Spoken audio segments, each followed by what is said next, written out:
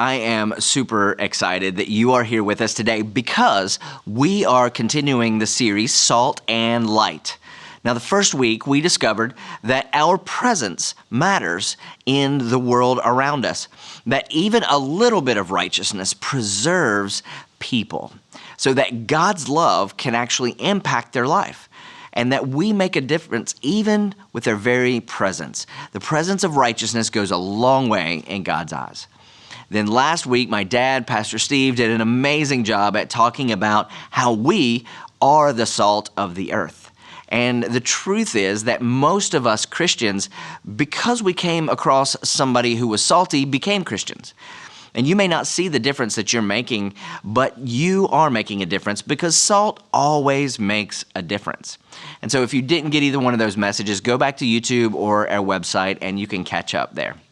And so as we get into our message today, one of the things that we all have in common, isn't it true that at some point in your life, maybe when you went from childhood to adulthood, or maybe when you were a senior in high school or in college, but there are these transition periods that we all go through where we all decide, consciously or unconsciously, that I've got to figure out what works for me. And so there's this thing where, I know what my parents said, my church said, my granddaddy always said, I know what common sense says, but I've got to figure out what works for me. And so all of us at some level have begun to experiment with life. To some extent, this is normal, that we all experiment with life to figure out what works for us. Because there's something in me and you that wants to know, how do we become happy? How do we make ourselves happy? What kind of decisions, relationships will make me happy? And so when we transition into adulthood, a lot of times we just experiment. Sometimes we make some happiness decisions, right? Happiness money, and we get into some happiness relationships, and then we get out of those happiness relationships because they don't make us so happy anymore, and then we get into a new happiness relationship, and then we may buy a happiness car. We're just trying to figure out life. Figure out what works for us. What is the right person? What's the right job? What's the right major? And all of that is perfectly normal. And most of that happens in what we call the momentum stages or the momentum years. And that's when somebody puts a sequence in place, so you have 8th grade, 9th grade, 10th grade, 11th grade, 12th grade, and then you graduate, and then first job, first car, everything's a first. There's this momentum, or maybe right out of high school, you say, I'm not doing the college thing, and so I got my first job, and you're making more money than all your college friends who are going to college, and you get that first car, that first apartment, that first roommate, first girlfriend. There's all of these firsts. And so there's all this momentum because life's an adventure. Everything's new. First marriage and promotion and first paid for vacation. And it's just first after first after first. And there's all this momentum. And during that stage of life, which is really exciting, because you can feel yourself moving forward. It's all about what, who, and where.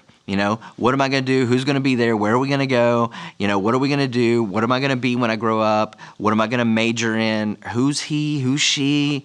Where are we going? Where are we going after that? And where are we going after that? And where are we going to go when we get back? So it's all about that. And that's normal, and that's a lot of fun. However, one of the things that doesn't show up on the radar screen in the momentum years is the issue of purpose. But eventually, somewhere along the line, we run into the why question. And so if you're in the momentum years right now, and maybe you're in your early 20s, or you're making all these transitions, and you're maybe just going into or getting out of college, what's next? You just got married, all of those things. I want to give you a heads up in today's message that might solve a lot of heartache for you later on. Because eventually, we all get to a point where along the way, we pause and we ask the question, in some form or fashion, we ask the question, why? Why am I here? Why am I doing this? And I'll tell you what usually happens. It usually happens when the momentum runs out and life starts to look the same. Because it's when it's 8th grade, 9th grade, all the way through high school, first move, first promotion. During the momentum years, you usually don't get this. But eventually, life starts to look the same.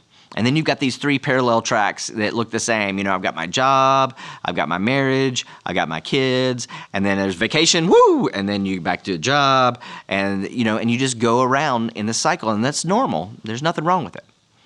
But somewhere in it, It's when it's all looking the same and it's kind of like Groundhog Day and tomorrow looks like yesterday. But the issue is that you don't look like yesterday because we've gotten older. But the earlier the better when you're in your momentum years. If you can pause and listen to some of this, you'll be better off. Because at some point, you'll stop and you'll ask the question, why? What is life about? And we bump into this issue of purpose. And a lot of people will bump into the purpose question, but they don't actually ask these questions. So they make some really bad decisions because they just think, well, I just need to change things. You know, the reason that life is all the same and boring is I need a new husband, a new wife, a new car, you know, a new job, a new house, a new location. If I just can change the scenery a little bit, maybe I'll feel like I used to feel in the momentum years. And then you just end up with scars, bad decisions, alimony, other things you can't afford. And maybe you wake up and look in the mirror and you're older and you think, why am I here? And here's why you can't avoid this question. I mean, you could put it off. But the reason that we can't avoid it is because I think God put that question in us. And I think it got put in us because we're made in His image. And because we're made in the image of God, eventually the purpose question, it's going to begin to bubble up. And if you recognize it for what it is, it's awesome.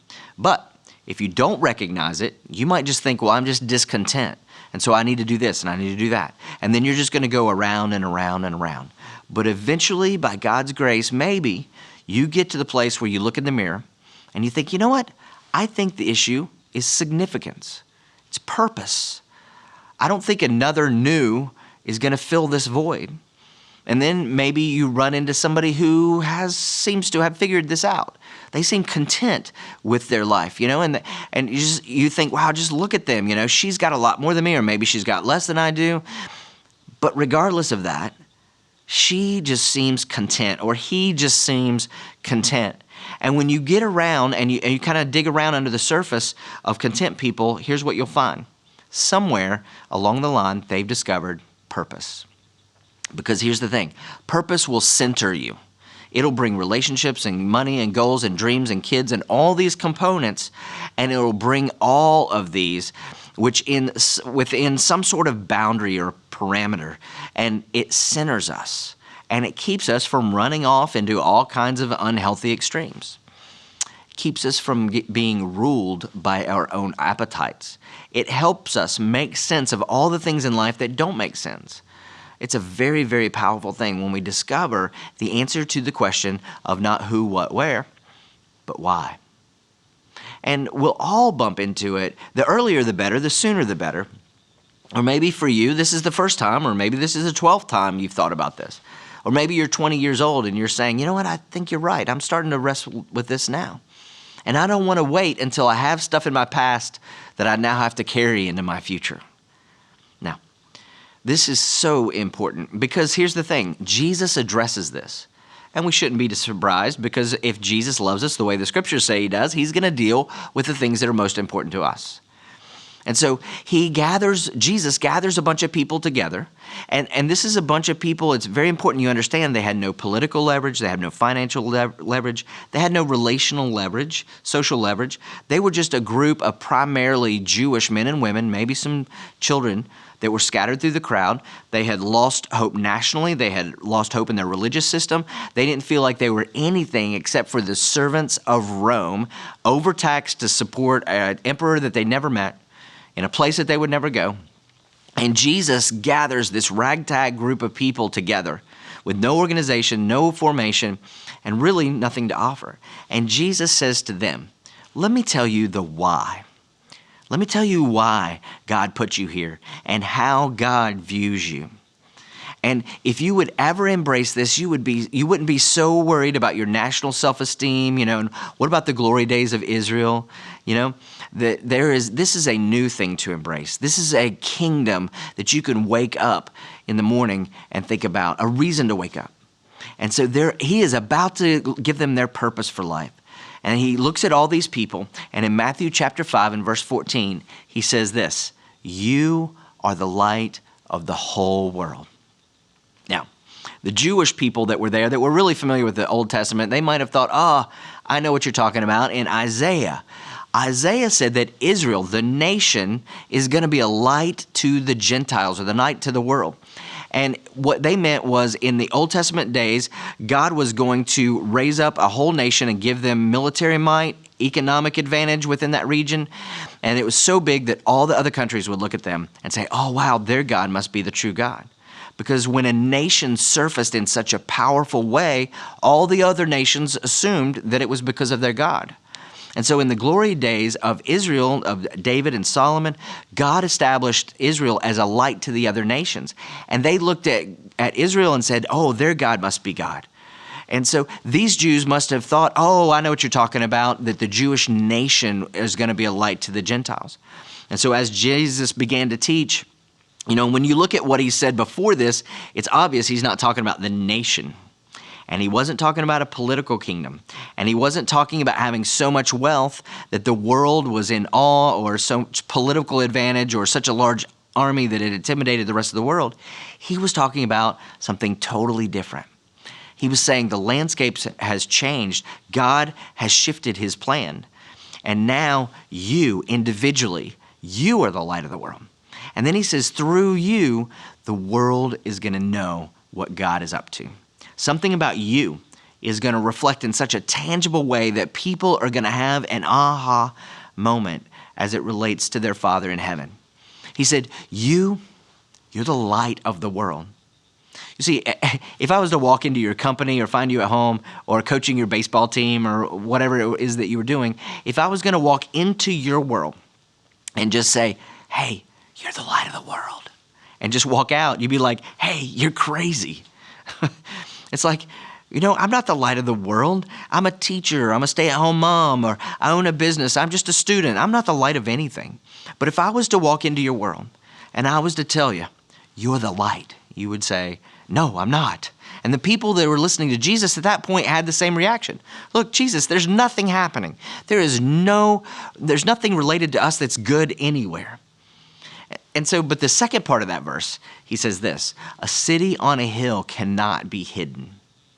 And he's not saying that you were a city that was just indiscriminately built on a hill. He was saying that you were a city that was strategically placed on a particular hill. See, architects and builders back then would ask, what's the best place to put a city? You would put it in a place that it was prominent. They were usually built out of white limestone, so in the daytime, the cities would gleam in the sunlight, and at night, they would be lit by torches and lamps, and you could see them. And he's saying, you are a city set on a hill strategically, and that it cannot be, and that you cannot be hidden when that happens.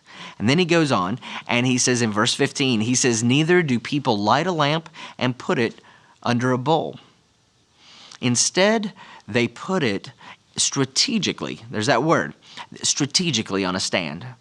You see, everybody in the house is impacted by a well-placed lamp. And then, here's what he says, in the same way. Now, you can't miss this because this is the hinge point.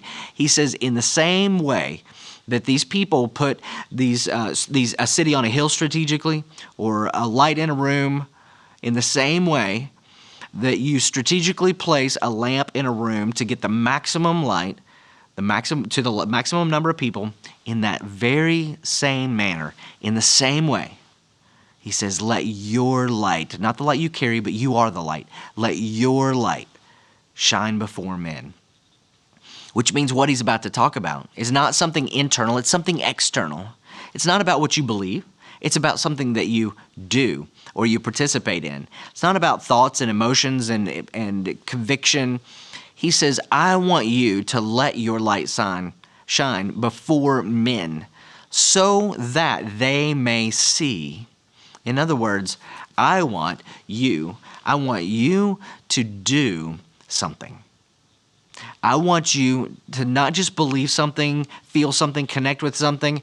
I want you to do something so that they may see your good deeds and praise your Father in heaven. Wow. In other words, celebrate, honor, recognize your Father in heaven.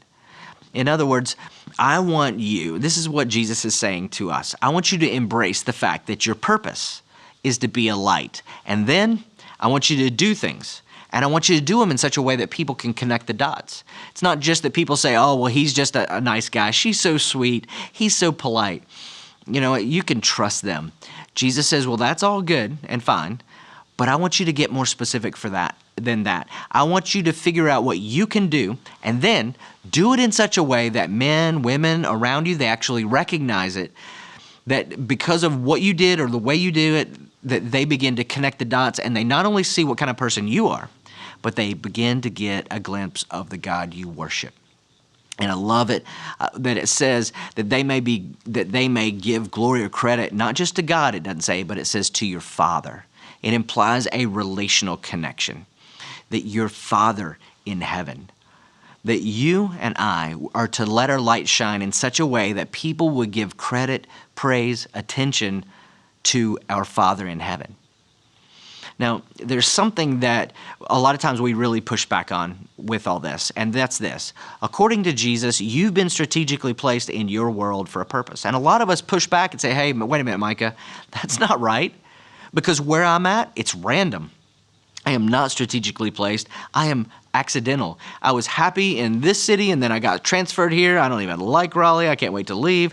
I am not strategically placed. My company sent me here. Or you may say, you know, look, I was happy in the high school where I was, and my parents moved here, and now I don't even like this high school. I don't have any friends. I don't know anybody. I'm not strategically placed. My parents moved me here. I didn't have a choice in that. This is an interruption to the plan that I thought God had for my life. So don't tell me that, you know, that this is planned. My life is random. There's nothing strategic about it. And I can understand that. But two things.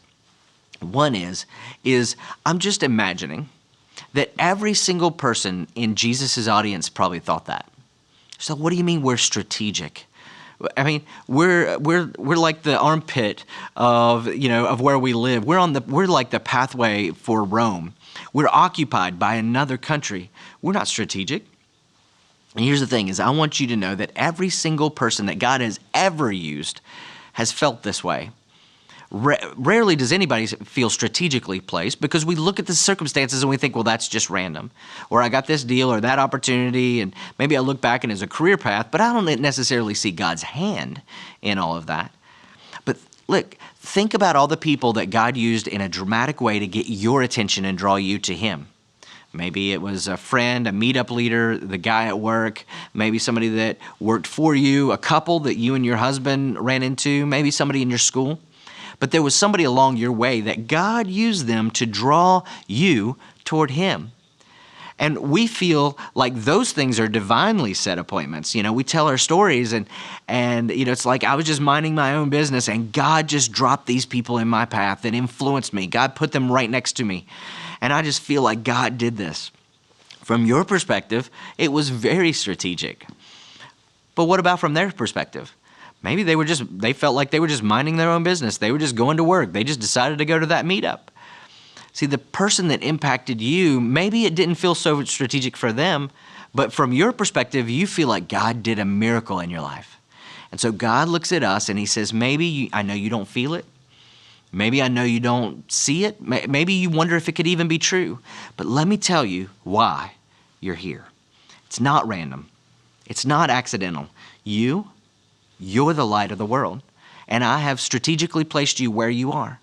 And if you'll embrace this purpose, you'll be shocked at what I can do through you. So maybe you're the apartment of your apartment complex, or maybe of a single-parent home that you never planned on, or a company that wasn't your first choice. Maybe you're the light of all the middle managers that wish that they had the guy's job above them that doesn't deserve it. Maybe you're the light in your family because you're the only person in your family that's a Christian. Maybe you've been strategically placed, not abandoned, not forgotten, but placed for a purpose. Now, the second thing that we have to wrestle with here, and this is a little bit harder even, is that this passage forces us to ask the question, what can I do in my world? What can I do in the world that God has placed me in that helps people connect the dots between who I am and who I believe in? What can I do in my world that can somehow point people toward my Father in heaven? What could I do that would cause people's attention to move away from me and maybe all the things that I do and all of those wonderful kind of things that you're trying to do as a Christian? How do we bridge the gap between we're a really nice person, a kind person, we work hard, to the fact that we're doing this because of our relationship with our Father in heaven? And that is a very powerful question. Unfortunately, it's not a common question. You may have been in church all your life and never asked that question. You may have been around church people around your whole life and they never asked that question.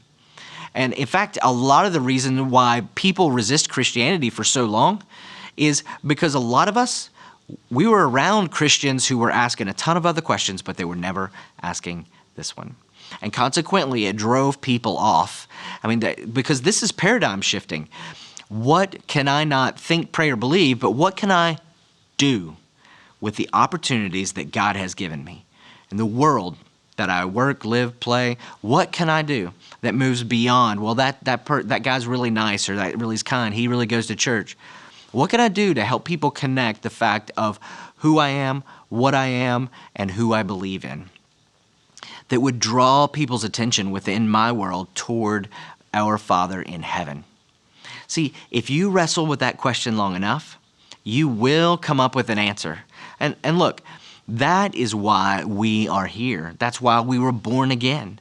That is our purpose. That is why we are taking up space here and breathing the air. You, me, we are the light of the world. You are the light of your community, your marketplace, your school, your real estate industry, of your family. So here's what I want us to do. Just for a second, imagine with me. Imagine if everybody in our church, imagine that if all of us, just for 1 week, this needs to be a lifestyle, but just for, what if for 1 week, we accepted, okay, I love where I live, I hate where I live. I love where I work, I hate where I work, whatever. What if, regardless, for 1 week, we decided, okay, listen, I can't answer everybody's questions. A lot of those questions I don't understand. But what if for 1 week I accepted my role as the light of my world? What if you accepted that you are the light? Secondly, what if you ask God, beginning today, to give you insight how to answer this question? What can I do? If I've been strategically placed, what can I do? What kind of works or deeds can I do? How can I do them in such a way that would point and direct people's attention toward my Father in heaven?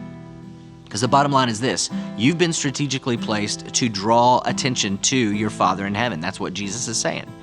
You have been strategically placed to draw people to your Father in heaven for the purpose of drawing people's attention to our Father in heaven. What if we just did that for 1 week? I'll tell you how you already know this works, because that's why you're listening right now. That's why you're listening to this message, or maybe praying for the first time in a long time, or why some of you are reading your Bible for the first time in a long time. It wasn't an angel that showed up and shook you. It was because you ran into somebody in your world, and something they said, something they did, something about their life got your attention off what a nice person they were, and they directed your attention toward your Father in heaven. They were the light of your world. And now you and now me, we have the opportunity and the responsibility to do the same thing. Because we were created, you were created and called and positioned to be a light to the world around you. And listen, if you're not doing that, you'll never, ever ultimately be happy or satisfied. Because when God creates you to do something and you don't do what He created you to do, you will always live with this sense of purposelessness. Because you have not engaged in the purpose for which you have been created.